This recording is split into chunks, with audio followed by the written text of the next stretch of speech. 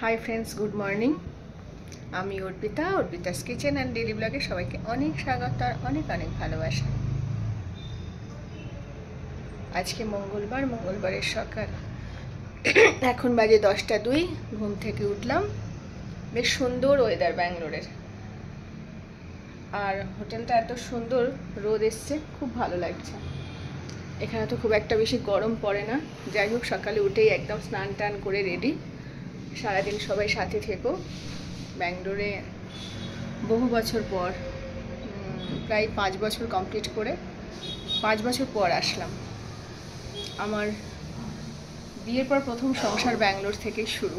সবটাই চেষ্টা করব তোমাদের দেখাতে, আমি কোথায় থাকতাম। হ্যাঁ, সবটাই তোমাদের সাথে গল্প করব, এই একটা সুযোগ পেয়েছি। তোমরা সাথে থাকো। পুরনো স্মৃতি সবসময় মধুর হয়, তাই না? বাচ্চাদেরও স্নান হয়ে গেছে, অলোক স্নান করছে, এরপরে একটু বেরোবো। সারাদিন তোমরা সাথে থাকো। রুমটা দেখেছো কতটা খোলামেলা, খুব ভালো লাগছে, খুব ভালো লাগছে। রুমে থাকার সময় খুব একটা হবে না, সবসময় বাইরেই থাকবো। প্রচুর কাজ নিয়ে এসেছি, আর এছাড়াও যারা বন্ধুরা আছে তাদের সাথেও দেখা করতে হবে। কালকের জার্নিটাও খুব সুন্দর হয়েছে, খুব ভালো লেগেছে। কালকে রাত্রে 1টার সময় ঘরে এসেছি, একটা দাদার বাড়িতে গেছিলাম খাওয়া দাওয়া করতে। চলো সারাদিন সাথে থাকো, দেখতে থাকো। সবাই মিলে রেডি হয়ে বেরিয়ে পড়লাম।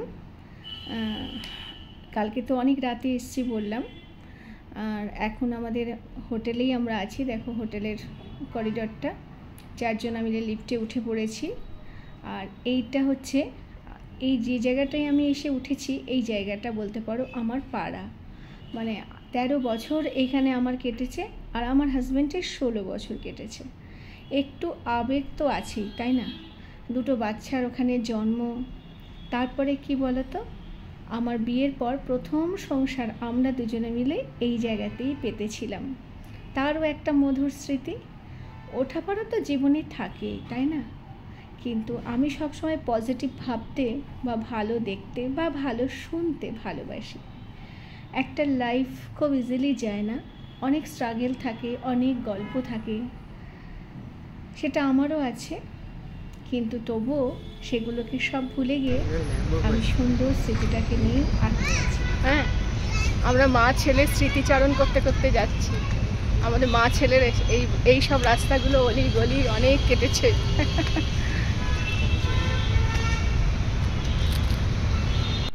4 জন মিলে চলে এসেছি উদুপিতে খাবার খেতে।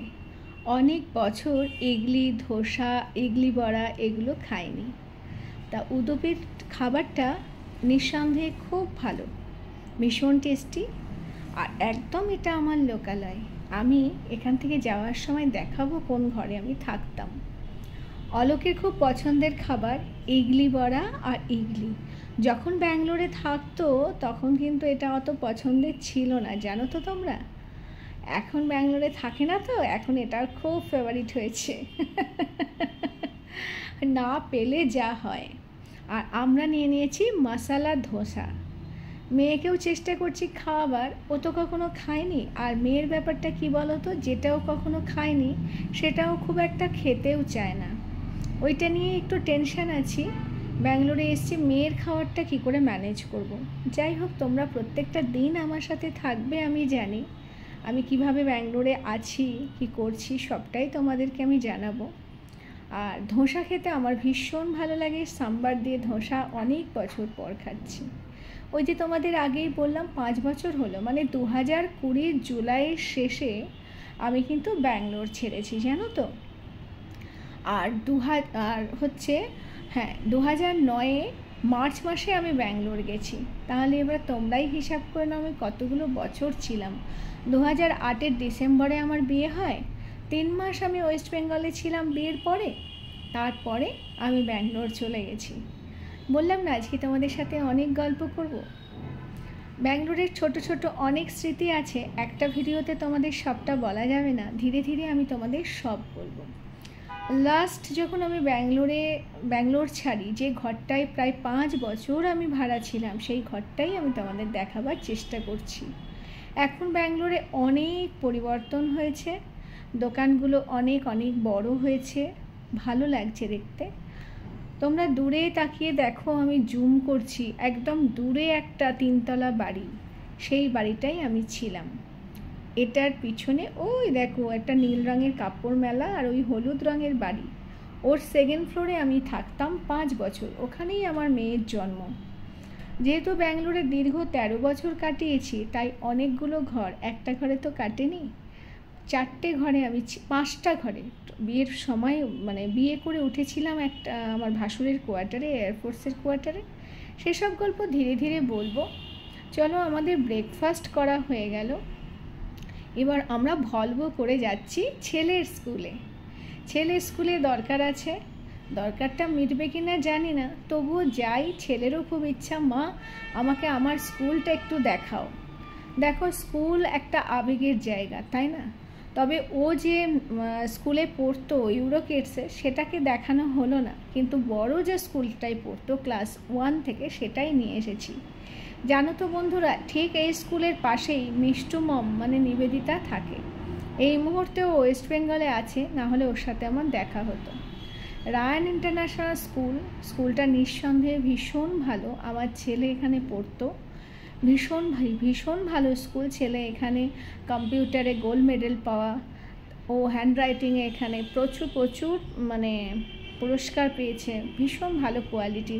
আর এই রাস্তাটা সোজা গেল, মিষ্টু মম ওখানে ভাড়া থাকে একটা সোসাইটির মধ্যে।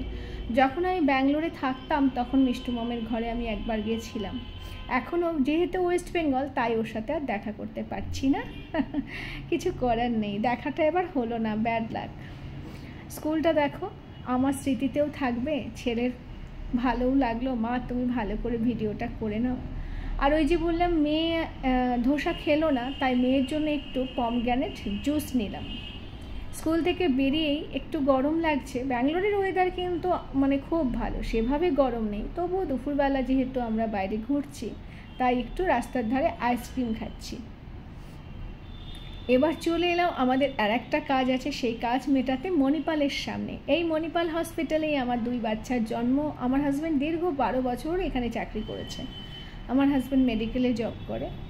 এবার চলে এসেছি ঠিক মণিপালের সামনে, কাছাকাছি মোড়ে এসছি। এখানে আমি অনেক বাজার করেছি জানো তো বন্ধুরা। ছেলেকে বাসে তুলে দিয়ে এখানে প্রচুর কেনাকাটা করতাম, সাংসারিক বাজার টাজার করতাম।